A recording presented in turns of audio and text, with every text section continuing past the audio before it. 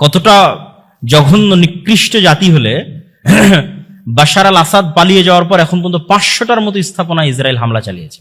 পৃথিবীর কারো অনুমতি লাগেনি, পৃথিবীর কাউকে জিজ্ঞাসা করা লাগেনি। তাহলে দুনিয়াকে তারা কি পরিমাণ মগের মুল্লুক মনে করে। হয়তো হাসি ঠাট্টার ছলে বলতেছে যে এত মিনিটের মধ্যে ঢাকা দখল হয়ে যাবে, এত মিনিটের মধ্যে এই হয়ে যাবে, সেই হয়ে যাবে। এগুলো মজাক না, আল্লাহ আল্লাহর কসম বলতেছি, এটা মজাক না, এটা তাদের বাস্তবতা। কেন আমি নিজেও ভারতে ছিলাম, 3 বছর ছিলাম। আপনি যদি কাউকে দেখে শিক্ষা না পান তাহলে অবশ্যই ইহুদিদেরকে দেখে আপনি শিক্ষা নিতে পারেন। আমি প্রায় বক্তব্যে ইহুদিদের কথা বলি, তার মানে আমি ইহুদিদের প্রশংসা করছি না। ইহুদিদেরকে আল্লাহ সুবহানাহু ওয়া তাআলা কোরআন মাজিদে বলেছেন তারা অভিশপ্ত জাতি। কতটা জঘন্য নিকৃষ্ট জাতি হলে বাশার আল আসাদ পালিয়ে যাওয়ার পর এখন পর্যন্ত 500টার মতো স্থাপনা ইসরায়েল হামলা চালিয়েছে। পৃথিবীর কারো অনুমতি লাগেনি, পৃথিবীর কাউকে জিজ্ঞাসা করা লাগেনি। তাহলে দুনিয়াকে তারা কি পরিমাণ মগের মুল্লুক মনে করে যে অন্য একটা দেশের সীমানায় without any question, without any permission, না জাতিসংঘ না আমেরিকা, গত 24 ঘন্টায় 500-র অধিক স্থাপনায় হামলা চালিয়েছে। কি পরিমাণ উগ্র এবং কি পরিমাণ অভিশপ্ত হলে এটি হতে পারে। কিন্তু তাদের প্রশংসা করছি বা তাদের কাছে শিখার কথা বলছি কোন জায়গায়, যে পৃথিবীর বাস্তব রহস্য খ্রিস্টানেরাও জানে না। এই জন্য আপনি খ্রিস্টানদেরকে পাবেও যেতে দেখবেন, বারেও যেতে দেখবেন। পাবে গিয়ে জুয়া খেলবে, বারে গিয়ে মদ পান করবে। 1 সপ্তাহে যা ইনকাম করবে 2 দিনের উইকেন্ডে তা শেষ করে দিবে গার্লফ্রেন্ডের পিছনে বা আর যে কারো পিছনে। মানে তাদের কাছে পৃথিবীর বাস্তবতা সম্পর্কে তারা অজ্ঞ। এই জন্য আল্লাহ তাদেরকে বলেছে ওয়ালাদ-দাল্লিন।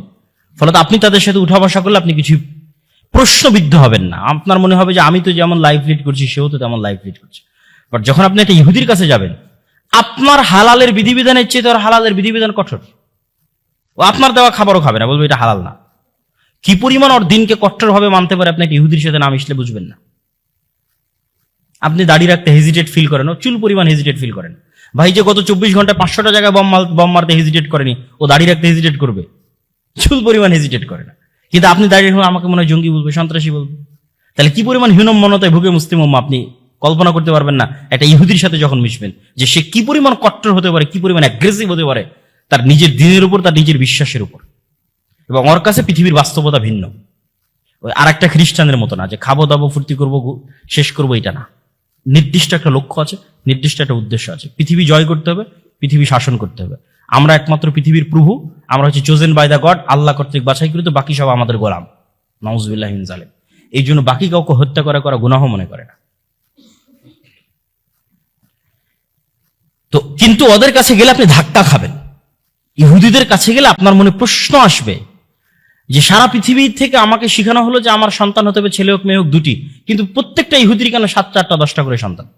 প্রশ্নবিদ্ধ হবেন, আরো বহু ধাপে ধাপে প্রশ্নবিদ্ধ হবেন। সারা পৃথিবীর প্রত্যেকটা স্কুলে, এমনকি ইংল্যান্ডের প্রত্যেকটা স্কুলে LGBT শেখানোর জন্য সিলেবাস দেওয়া আছে, অর্থ ব্যয় করা হচ্ছে, কিন্তু কোন ইহুদি স্কুলে LGBT নাই। কেন নাই? সারা পৃথিবীতে তারা সুদি কারবার করতেছে, তারা নিজেরা নিজেদের মধ্যে কেন সুদি লেনদেন করে না? এরকম অসংখ্য প্রশ্ন আপনি পাবেন যখন তাদের সাথে আপনি উঠা বসা করবেন। তখন আপনি বুঝতে পারবেন যে কেন আপনাকে আপনার দিনের উপর কট্টর হতে হবে।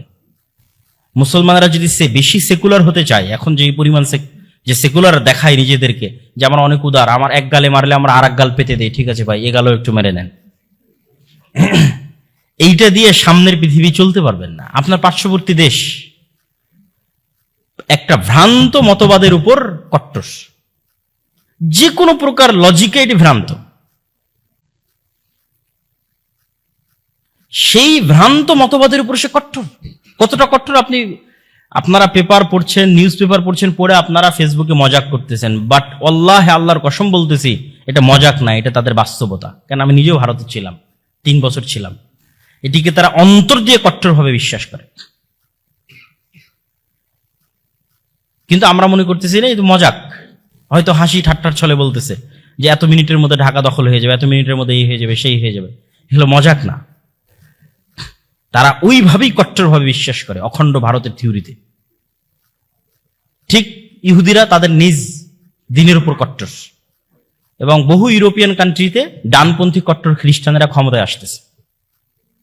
তাহলে সারা পৃথিবী যাচ্ছে তার নিজ নিজ দিনের কট্টরতার দিকে। আপনার পার্শ্ববর্তী প্রতিবেশী ওপেন তার দিনের উপর কট্টর, কিন্তু আপনি সেকুলার সেকুলার সেকুলার সেকুলার।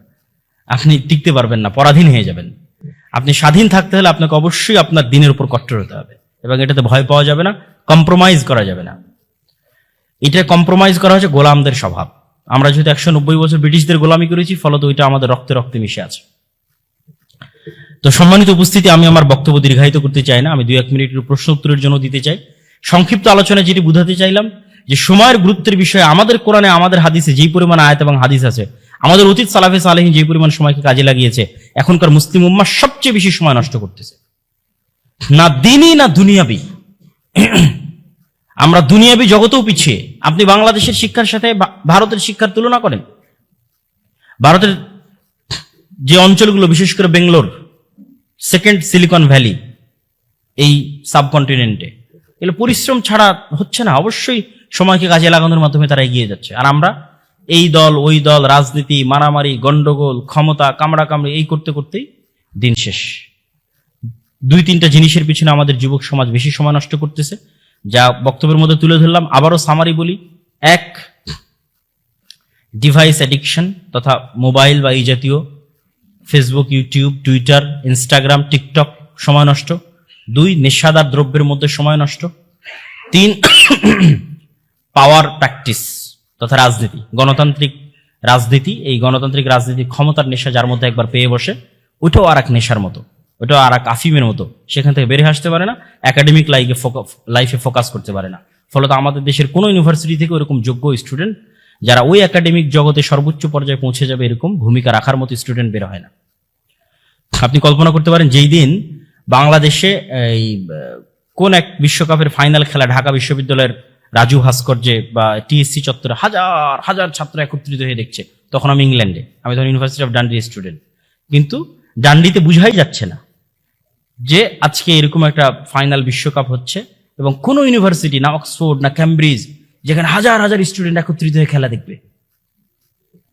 আপনি চেক করেন, তাহলে আপনি কখনোই তাদেরকে পরাজিত করতে পারবেন না, যারা জ্ঞান এবং বিজ্ঞানে এগিয়ে যাচ্ছে, যারা সময়কে কাজে লাগাচ্ছে। আপনারা আগাতে হলে অবশ্যই আল্লাহ যেই সিস্টেমে এই পৃথিবীকে ডেভেলপ করেছে, আপনাদের বুঝার সুবিধার্থে বলতেছি যে এই পৃথিবীকে আল্লাহ সুবহানাহু ওয়া তাআলা যেই সিস্টেমে ডেভেলপ করেছে, ওই সিস্টেম অনুযায়ী আপনাকে আগাতে হবে।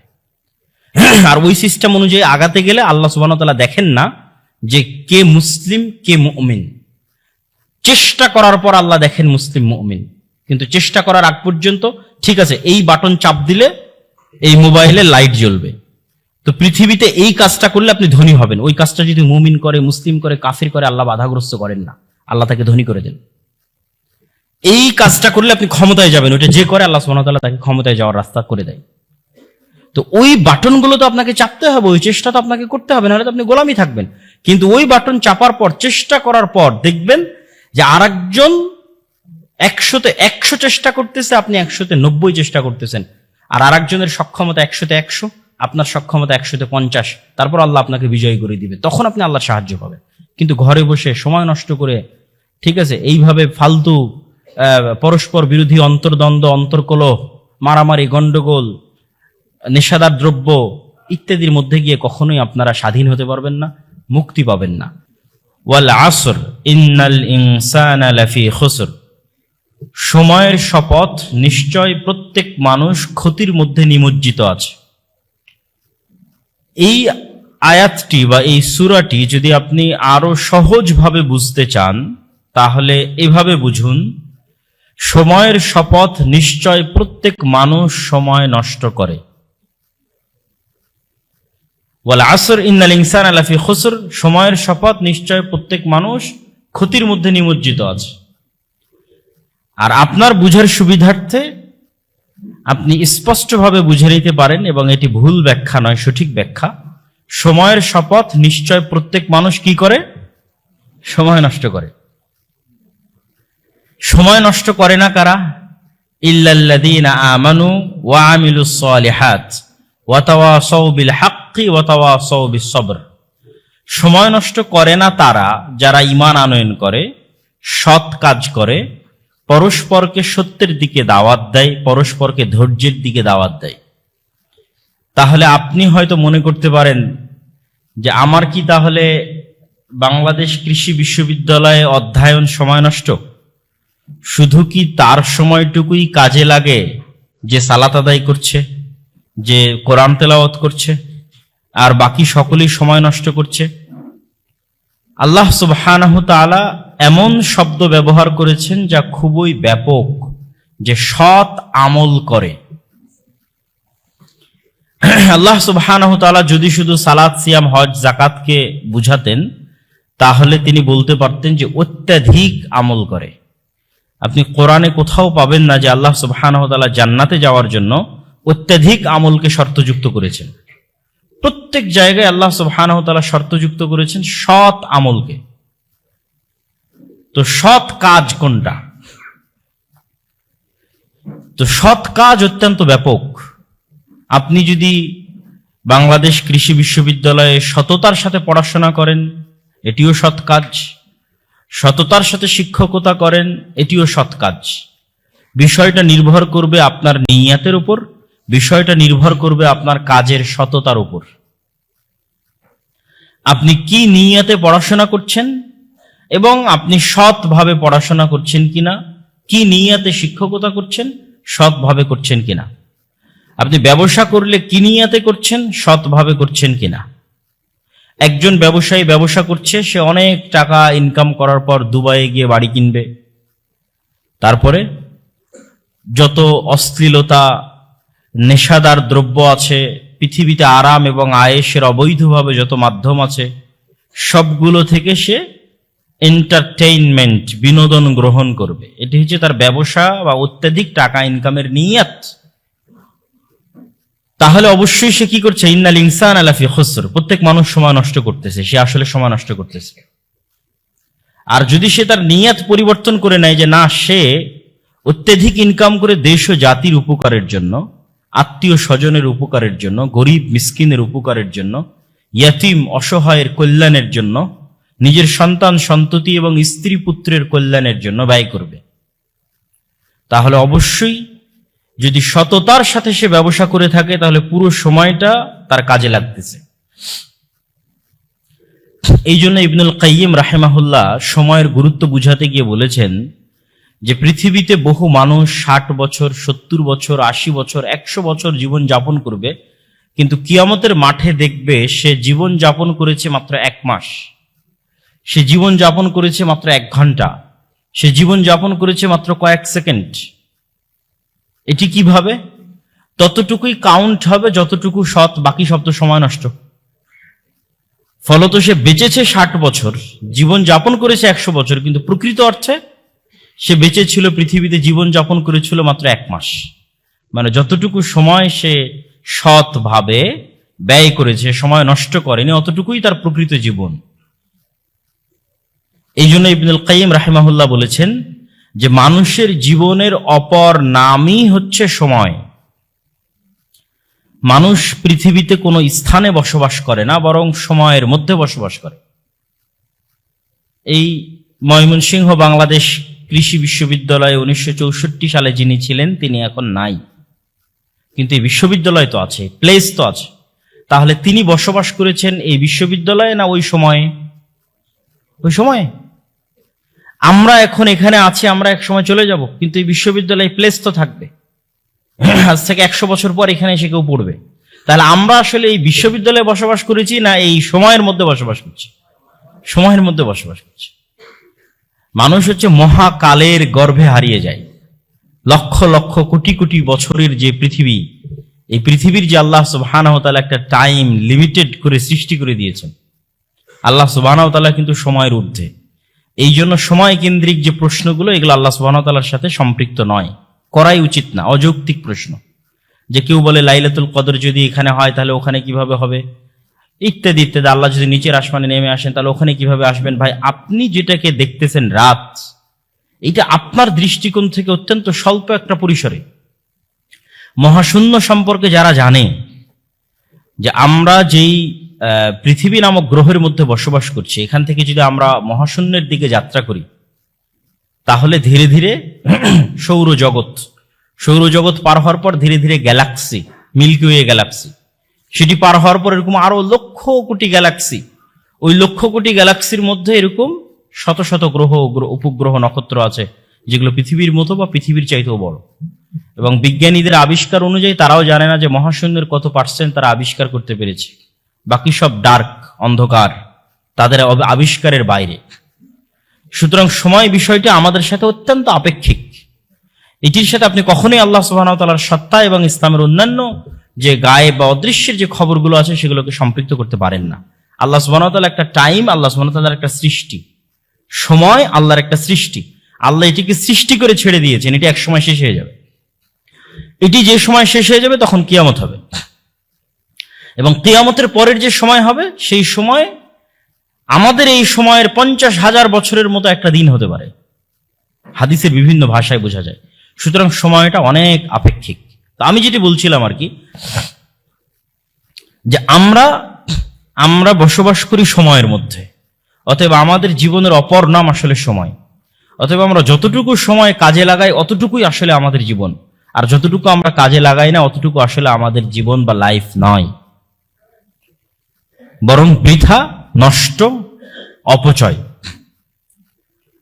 তো সময়ের গুরুত্ব বুঝাতে গিয়ে বহু হাদিস রাসূলুল্লাহ সাল্লাল্লাহু আলাইহি ওয়াসাল্লামের পক্ষ থেকে আছে, সালাফে সালেহিনের পক্ষ থেকে বহু বক্তব্য আছে।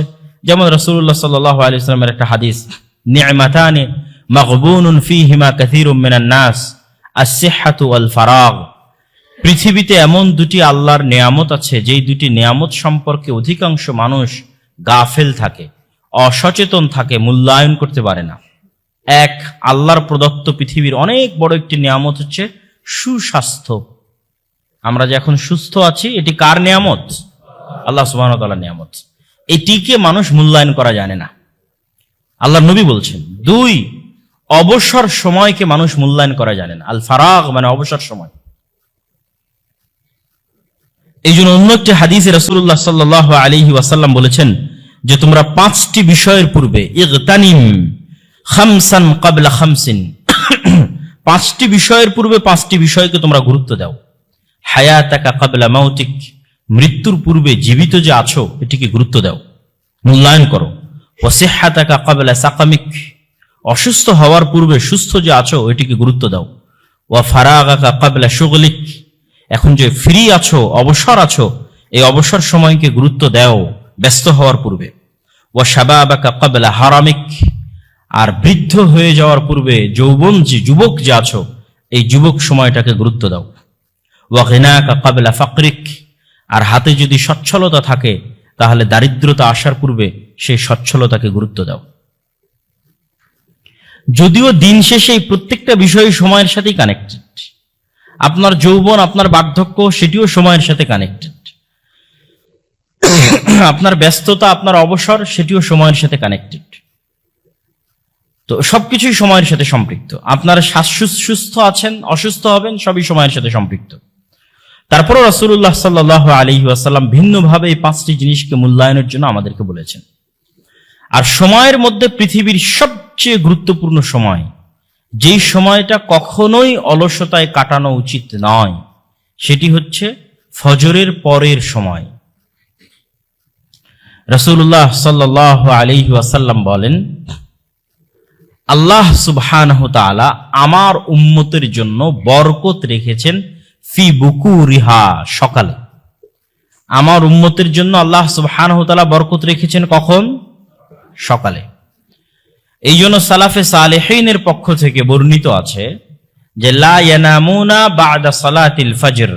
কোন সালাফে সালেহিন মানে অতীতে চলে যাওয়া বড় বড় আলেম ওলামাগণ, তারা কখনোই ফজরের সালাতের পর ঘুমাতেন না।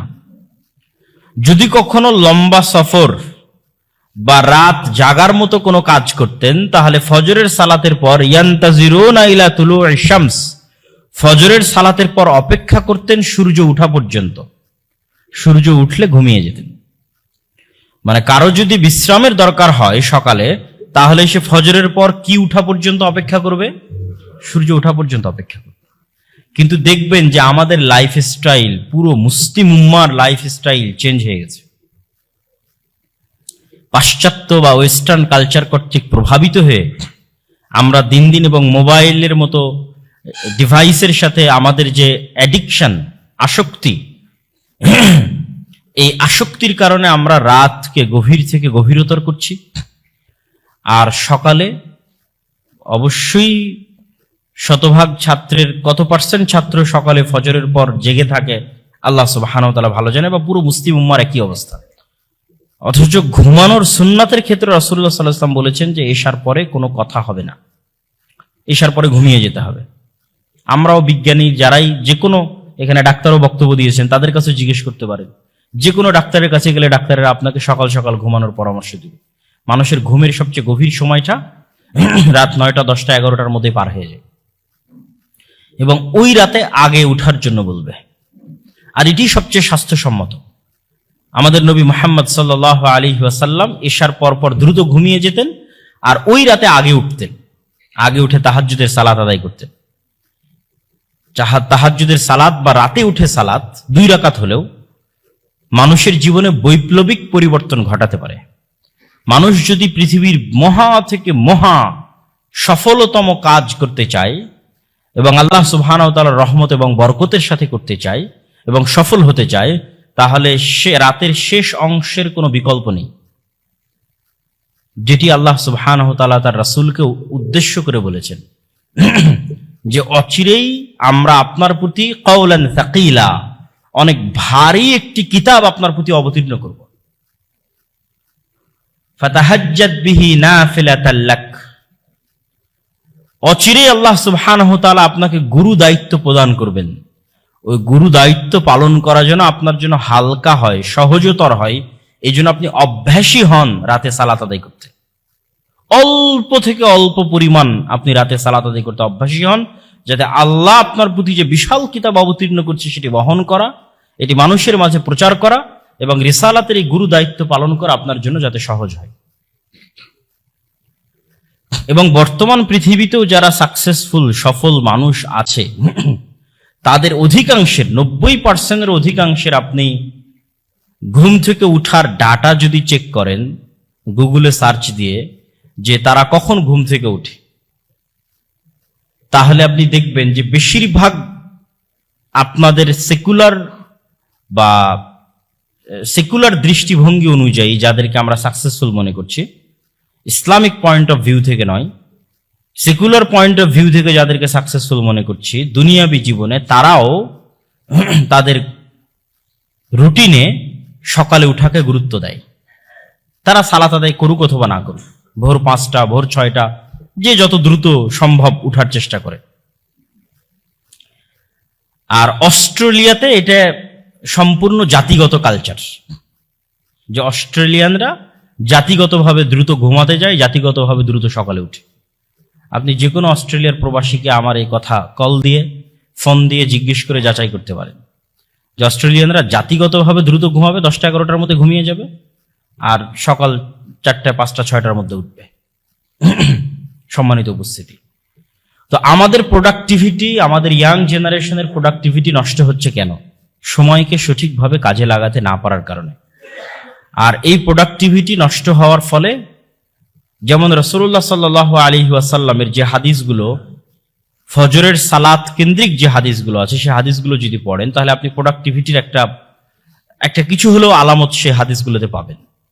যে ব্যক্তি ফজরে উঠলো না, ঘুমিয়ে থাকলো, বেশি দেরি করে উঠলো, তার সকাল হবে শয়তানের সাথে, এবং তার সকাল হবে শরীরে একটা ম্যাজ বা দুর্বল ভাব, আপনাদের আঞ্চলিক ভাষায় কি বলে, যে শরীরটা কোনো কাজের জন্য তখন অতটা প্রোডাক্টিভ থাকবে না, মন মানসিকতা কোনো কাজের জন্য প্রস্তুত থাকবে না, বরং সারাদিন একটা অলসতা কাজ করবে শরীরের মধ্যে, সারাদিন একটা ঘুম ঘুম ভাব কাজ করবে শরীরের মধ্যে, ফলত অটোমেটিক আপনার প্রোডাক্টিভিটি ডাউন হয়ে যাবে। কিন্তু আপনি যদি ফজরে উঠেন, অজু করেন, সালাত আদায় করেন, একটু ব্যায়াম করেন, এক্সারসাইজ করেন, একটু কোরআন তেলাওয়াত করেন, তাহলে আপনি পৃথিবীর যে পেশাতেই থাকেন, যে পেশায় থাকেন, as a student, as a teacher, businessman, যে কোনো পেশা, সেই পেশায় আপনি অবশ্যই অন্য আর 10 জন যারা আপনার প্রতিযোগী আছে তাদের চাইতে আপনি এগিয়ে থাকবেন, শতভাগ এগিয়ে থাকবেন। সে যদি কৃষক হয় তবুও অন্য কৃষকদের চাইতে এগিয়ে থাকবে যদি সে সকাল সকাল উঠে কাজ শুরু করে। এবং স্টুডেন্টরা তাদের লাইফে এটি পরীক্ষা করে দেখতে পারে যে যেই দিন আপনি ফজরকে কাজে লাগাবেন, সকালকে কাজে লাগাবেন, সেই দিন দেখবেন যে আপনার সারাদিনের সকল কাজ মনে হবে জোহরের আগেই শেষ হয়ে গেছে। বিশেষ করে ছুটির দিনগুলোতে যদি আপনি পরীক্ষা করে দেখেন, যে আজকে অনেক কাজ হাতে নিয়ে আপনি বসেছেন পড়ার টেবিলে, দেখবেন ফজরের সময় বা ফজরের আগে উঠে বসেছেন, দেখবেন জোহর হতে হতে এত বেশি পরিমাণ আপনার পড়া হয়ে গেছে, এত বেশি পরিমাণ কাজ শেষ হয়ে গেছে, যেটি আপনি ভোর 10টায় বা 11টায় বা 9টা 10টায় উঠে শুরু করলে রাত 12টা 1টা পর্যন্ত করেও শেষ করতে পারতেন না, সেটি ওই দিন জোহরের আগেই শেষ হয়ে গেছে। এটি যে কেউ তার নিজ নিজ লাইফে পরীক্ষা করতে পারে। সম্মানিত উপস্থিতি, তাহলে আমাদের সময়ের গুরুত্ব শীর্ষক এই সংক্ষিপ্ত আলোচনার যে সামারি বা সারমর্ম যদি আমরা দাঁড় করাই, সেটি হচ্ছে আমাদের জীবনের অপর নাম সময়। প্রত্যেক মানুষ সময় নষ্ট করে, তবে তারাই সময় নষ্ট করে না যারা এই সময়কে কাজে লাগায়, এবং কিয়ামতের মাঠে কাজে লাগানো সৎ আমল যারা করবে ততটুকুই কাউন্ট হবে। সেটি 1 মাস, 1 বছর, 2 বছর হতে পারে। সুতরাং আমরা কতটুকু কাজে লাগাচ্ছি, আমাদের সময়কে কতটুকু প্রোডাক্টিভ ওয়েতে ইউজ করতেছি, সেটি আমাদের উপর আল্লাহ সুবহানাহু ওয়া তাআলার পক্ষ থেকে অনেক বড় একটি আমানত, জিম্মেদারি এবং দায়িত্ব। আমাদের বহু সালাফে সালেহিন সময়কে গুরুত্ব দিয়েছেন। গুরুত্ব দেওয়ার কারণে তারা সময়ে বরকত পেয়েছেন। সময়ের বরকত কিন্তু ভিন্ন জিনিস। যেমন ইমাম তবারি, একজনের নাম বলি, ইমাম তবারি রাহিমাহুল্লাহ, যার তাফসিরে তাবারি আছে, যার তারিখ তাবারি আছে, তার যত লিখিত গ্রন্থ আছে আপনি যদি এখন জমা করেন তো আপনার ব্রেন এটা ধরবে না, যে ব্রেন কাজ করবে না যে ওনার লাইফকে যদি আপনি ওনার বইয়ের পাতা অনুযায়ী ভাগ দেন, একদম জন্মের পর থেকে ধরেও যদি উনি যত পৃষ্ঠা লিখেছে অত পৃষ্ঠাকে ওনার লাইফের প্রতিটা দিন অনুযায়ী ভাগ দেন, তবুও দিনে যত পৃষ্ঠা পড়ে মানুষ সকল কাজ বাদ দিয়ে, খাওয়া দাওয়া, নামাজ কালাম সবকিছু বাদ দিয়েও যদি লেখে তবুও লিখতে পারবে না। এটা একজন ইমামের নাম বললাম, তার বই প্রকাশ করা একক একজন লাইব্রেরির পক্ষেও হিমশিম খেতে হবে, যে তার সকল বই একক একজন লাইব্রেরির মালিক প্রকাশ করবে। 300 থেকে 350 বইয়ের লেখক তিনি। তাহলে কিভাবে তিনি সময়কে কাজে লাগাতেন, তার সময় কিভাবে কাজে লাগতো, কিভাবে তিনি সময়ের বরকত পেয়েছেন? আমাদের নবী মুহাম্মদ সাল্লাল্লাহু আলাইহি ওয়াসাল্লাম তার 23 বছরের জীবনে কিন্তু পরিপূর্ণ বরকতে পরিপূর্ণ। পৃথিবীর ইতিহাসে এত অল্প সময়ের মধ্যে এত বিশাল বিপ্লব কেউ সাধিত করতে পারেনি, এবং এত প্রভাব বিস্তারকারী বিপ্লব যে পৃথিবীতে এত দীর্ঘকাল ব্যাপী এতটা প্রভাব ধরে রাখবে, অথচ মাত্র 23 বছর। তো সময়ের বরকত সম্পূর্ণরূপে ভিন্ন জিনিস। এই সময়ের বরকতটা পেতে হলে আপনাকে টাইম ম্যানেজমেন্ট করা শিখতে হবে। আর টাইম ম্যানেজমেন্টের জন্য 5 ওয়াক্ত সালাতের বিকল্প পৃথিবীতে নাই।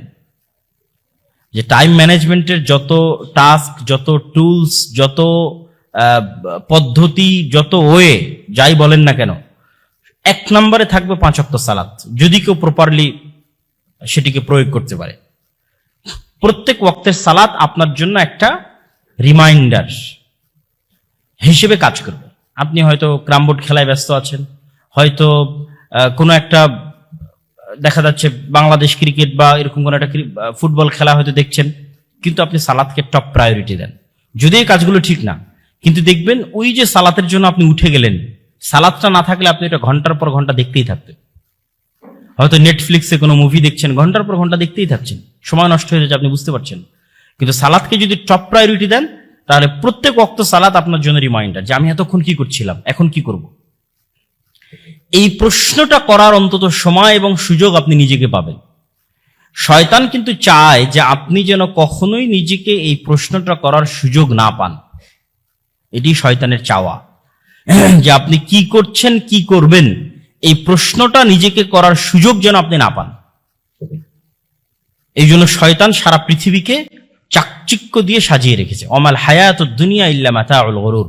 আর সেই চাকচিক্য, এন্টারটেইনমেন্ট, বিনোদনের রাস্তা এখন পৃথিবীতে আরো বেশি হয়ে গেছে। ফলত কোরআনের এই আয়াত যে দুনিয়া একটি ধোঁকার বস্তু মাত্র, আর এই ধোঁকা শয়তান আমাদেরকে দেয়, এটি এখন আরো বেশি প্রযোজ্য। যেটি কোরআনের অন্য আয়াত দিয়ে আরো স্পষ্ট হয় যে আলহাকুমুত তাকাসুর হাত্তা যুরতুমুল মাকাবির। পৃথিবীর এই চাকচিক্য সৌন্দর্য তোমাদেরকে এমন ভাবে পাগল বানিয়ে রাখবে যে তোমরা যে মারা যাবে এই কথাটা তোমরা ভুলে যাবে। এবং আমরা অধিকাংশ মানুষই ভুলে থাকি যে আমরা মৃত্যুবরণ করব। কেন? এই পৃথিবীর চাকচিক্য আমাদেরকে এমন ভাবে নেশাগ্রস্ত করেছে যে আমাদের এটি স্মরণ করার মতো সময় নাই যে আমরা মারা যাব। তাহলে কখন আমরা এটি স্মরণ করতে পারবো? যখন আমরা কবরে যাব। হাত্তা যুরতুমুল মাকাবির। নিজে যখন কবরে যাব তখন আমার মনে হবে যে আমি সময় নষ্ট করেছি। নিজে যখন কবরে যাব, নিজে কবরে যাওয়ার আগ পর্যন্ত মৃত্যুর মতো সত্য বাস্তবতাকে মানুষ ভুলে থাকে। কে ভুলে রাখে? শয়তান ভুলিয়ে রাখে। ফলত তাদের জন্য এবং আমাদের জন্য সময় নষ্ট করা অনেক সহজ হয়ে যায়। সম্মানিত উপস্থিতি, আজকে পুরো মুসলিম উম্মাহ যে সমস্ত কাজে সবচেয়ে বেশি সময় নষ্ট করছে, যে সময় নষ্টগুলো করার কারণে তারা সামনের দিকে এগিয়ে যেতে পারছে না, তাদের প্রোডাক্টিভিটি বাড়াতে পারছে না, তার মধ্যে দু একটা বিষয় উল্লেখ না করলেই নয়। যেমন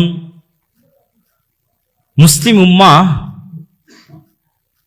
প্রোডাক্টিভিটির চাইতে পরস্পরের প্রতি হিংসা বিদ্বেষ এবং পরস্পরের প্রতি যে ছোট মন মানসিকতার পরিচয়, এটির পিছনে অনেক সময় নষ্ট করে।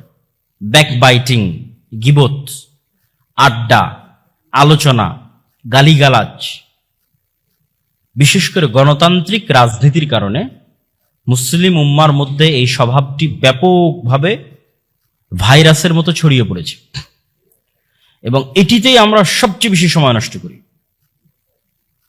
আমরা এক জায়গায় একত্রিত হলে আমাদের মধ্যে কখনোই প্রোডাক্টিভ কোনো বিষয় নিয়ে আলোচনা হয় না, জ্ঞান কেন্দ্রিক কোনো বিষয় নিয়ে আলোচনা হয় না। শুধু সেকুলার নয়, যারা মুসলিম প্র্যাকটিসিং তাদের মধ্যেও যখন তারা একত্রিত হয় তখন তারা কোরআনের একটা আয়াত নিয়ে আলোচনা করবে, হাদিসের একটা অনুবাদ নিয়ে আলোচনা করবে, তাফসির নিয়ে আলোচনা করবে না। আজকে কি বলল, কার বিরুদ্ধে কে কোথায় কি লিখলো, বাস এগুলো নিয়ে আলোচনা এবং এগুলোর পিছনে সময় নষ্ট। ফলত প্রকৃত কাজে সে কখনোই মনোযোগ দিতে পারে না, জাতি গঠনমূলক কাজে সে কখনোই কোনো ভূমিকা রাখতে পারে না। এবং মুসলিমদের পিছিয়ে থাকার অন্যতম একটি বড় কারণ হচ্ছে এই অন্তর্দ্বন্দ্ব, অন্তর্কলহ, পারস্পরিক হিংসা এবং বিদ্বেষ।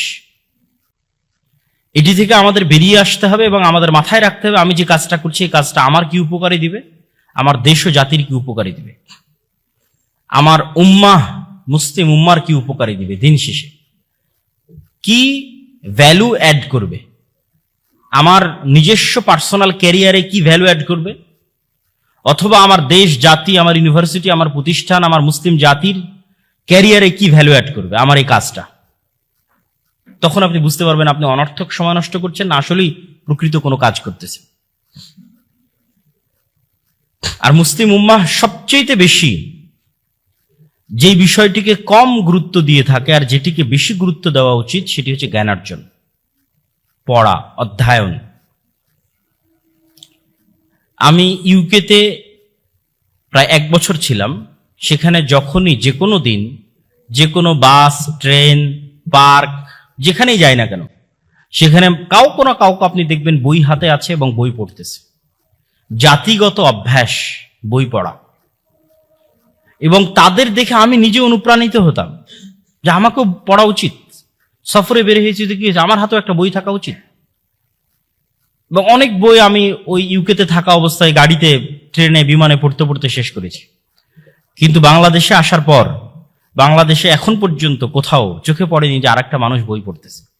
ফলত আমার মধ্যে থেকেও স্বভাবটা হারিয়ে গেছে, চলে গেছে। তাহলে মুসলিমরা কি পরিমাণ ওই ধরনের ফাউল কাজে সময় নষ্ট করে যে কাজের আসলে দিন শেষে কোনো উপকার নাই। জ্ঞান অর্জন তো প্রকৃত ইনভেস্টমেন্ট। আপনি বইয়ের একটা পৃষ্ঠা পড়ছেন, এটা আপনার পিছনে ইনভেস্টমেন্ট, প্রকৃত ইনভেস্টমেন্ট। কেউ বই পড়া ছাড়া জীবনে বড় হতে পারেনি, হওয়া সম্ভব নয়। যেটি আমাদের অতীতের এক বক্তা বলে গেলেন যে আমাদের কোরআন শুরুই হয়েছে ইকরা, পড়ো, পড়া দিয়ে শুরু হয়েছে। এবং মুসলিমরা একসময় জ্ঞান বিজ্ঞানের শীর্ষস্থানে ছিল। অক্সফোর্ড বিশ্ববিদ্যালয় প্রতিষ্ঠা হওয়ার 500 বছর পূর্বেও স্পেনের কর্ডোভায় মুসলমানদের বিশ্ববিদ্যালয় ছিল, গবেষণাগার ছিল, জ্ঞান বিজ্ঞানের চর্চা ছিল। যারা স্পেনে যাওয়া, যাদের পক্ষে সম্ভব হবে, তারা গিয়ে দেখে আসতে পারেন। মুসলমানদের সেই ইতিহাস এবং ঐতিহ্যের চিহ্ন এবং আলামত এখনো থেকে গেছে। বাগদাদে বাইতুল হিকমার সেই লাইব্রেরি, জ্ঞান বিজ্ঞান চর্চার সেই লাইব্রেরি মুসলমানদের অতীত ঐতিহ্যের প্রমাণ বহন করে। কিন্তু মুসলমানেরা সেই জ্ঞান চর্চা হারিয়ে ফেলেছে এবং এমন সব অনর্থক কাজে লিপ্ত হয়েছে যেই প্রত্যেকটা কাজ সময় নষ্ট। ওয়াল আসর ইন্নাল ইনসানা লাফি খুসর, যে প্রত্যেক মানুষ সময় নষ্ট করতেছে। আমরা মুসলিমরা এই যুগে সবচেয়ে বেশি সময় নষ্ট করতেছি, ফলত আমরা পৃথিবীতে সবচেয়ে পিছিয়ে। কিন্তু আমাদের অতীত সালাফে সালেহিন তারা সময় নষ্ট করেননি। এখন যারা জ্ঞান বিজ্ঞানে এগিয়ে আছে তাদের মধ্যে আর আমাদের মধ্যে একটা পার্থক্যের কারণে যারা এখন জ্ঞান বিজ্ঞানে এগিয়ে আছে তারা আমাদের জন্য কল্যাণকামী হতে পারছে না, কিন্তু মুসলিমরা যখন জ্ঞান বিজ্ঞানে এগিয়ে ছিল তখন তারা কল্যাণকামী ছিল। আপনি মুসলিমদের হিস্ট্রিতে কখনো পাবেন না যে কর্ডোভায় অথবা গ্রানাডায় অথবা বাগদাদে কখনো জ্ঞান জাত পাত কালার ভেদে বিতরণ করা হয়েছে যে তুমি মুসলিম না সুতরাং তুমি জ্ঞান অর্জন করতে পারবে না, এটা পাবেন না। সেকেন্ড, আরেকটা জিনিস পাবেন না যে ঠিক আছে তুমি জ্ঞান অর্জন করতে চাও টাকা দাও, এইটা পাবেন না। মুসলমানেরা জ্ঞানকে মনে করেছে সাদাকায়ে জারিয়া, আসলে এটি সাদাকায়ে জারিয়া। এই জন্য মুসলমানেরা সাদাকায়ে জারিয়ার মতো জ্ঞান বিতরণ করেছে। ইউরোপ থেকে জ্ঞান শিখে তারা ইউরোপকে উন্নত করেছে, এটি অবাস্তব কিছু না। স্পেনের সীমানা ফ্রান্সের সাথে কানেক্টেড। মুসলমানদের যে বিজয় অভিযান, সেই বিজয় অভিযান স্পেন এবং ফ্রান্সের মধ্যে সীমানা হিসেবে ব্যবহৃত হওয়া যে পাহাড়ের যে শ্রেণী আছে, পাহাড়ের যে পর্বতমালা আছে, সেই পর্যন্ত গিয়ে শেষ হয়ে গেছে। ওই পর্বতমালা পর্যন্ত মুসলমানেরা অভিযান নিয়ে গেছিল, কিন্তু শীতকাল হওয়ায়, বরফ আচ্ছাদিত অঞ্চল হওয়ায় আর মুসলমানেরা শীতের সাথে ঠান্ডার সাথে পরিচিত না হওয়ায় সেই যুদ্ধে পরাজয় হয়। এই জন্য অদ্যবধি এখন পর্যন্ত যে সমস্ত অঞ্চলে শীত বেশি ওই সমস্ত অঞ্চলে মুসলমান কম, কেননা ইসলামের যেখানে উত্থান হয়েছে সেটি শীত প্রবণ অঞ্চল ছিল না, গরম প্রবণ অঞ্চল। ফলত মুসলমানরা ওই সমস্ত জায়গায় দ্রুত বিজয় করতে পেরেছে যেগুলো তাদের আবহাওয়ার সাথে বেশি কানেক্টিং ছিল, তাদের আবহাওয়ার সাথে বেশি সুইটেবল ছিল, ওগুলোই তারা বেশি বিজয় করতে পেরেছে। তো ওই স্পেনের সীমানার সাথে ফ্রান্সের সীমানা কানেক্টেড। তো স্পেনে যখন মুসলমানেরা জ্ঞান বিজ্ঞানের কেন্দ্র, তখন শতভাগ ফ্রান্স ইতালি থেকে মানুষজন ওখানে এসে জ্ঞান শিখে গেছে। এটি ভূ রাজনৈতিকভাবেও প্রমাণিত। কিন্তু এখন যাদের কাছে জ্ঞান বিজ্ঞান আছে তারা বলতেছে তুমি শিখতে চাও টাকা দিতে হবে। আপনি ইউরোপের একটা বিশ্ববিদ্যালয়ে 1 বছরের একটা মাস্টার্স কোর্স যদি স্কলারশিপ না পান কত টাকা লাগে আপনি দেখতে পারেন কত লাগে। বাংলাদেশের ইউনিভার্সিটি র্যাঙ্কিং অনুযায়ী 30, 32, 40, 45, 50 লক্ষ পর্যন্ত লাগতে পারে অনলি 1 বছর। 1 বছরের জন্য আপনি তাদের কাছে শিখতে যাবেন, এত টাকা আপনাকে পে করতে হবে। তাহলে কি পরিমাণ নলেজকে তারা কুক্ষিগত করে রেখেছে। মুসলমানদের কাছে যখন নলেজ ছিল তারা এটা কুক্ষিগত করেনি, তারা এটি পৃথিবীকে সাদাকায়ে জারিয়া হিসেবে বিতরণ করেছে। তো আমরা যেটি বলছিলাম, তো এই কুক্ষিগত করার পিছনের আমাদেরও দায় আছে। কেন? আমরা সময় নষ্ট করি। আমরা মুসলমানেরা আমাদের সময়কে প্রোডাক্টিভ ওয়েতে কাজে লাগাই না, কিন্তু তারা লাগায়।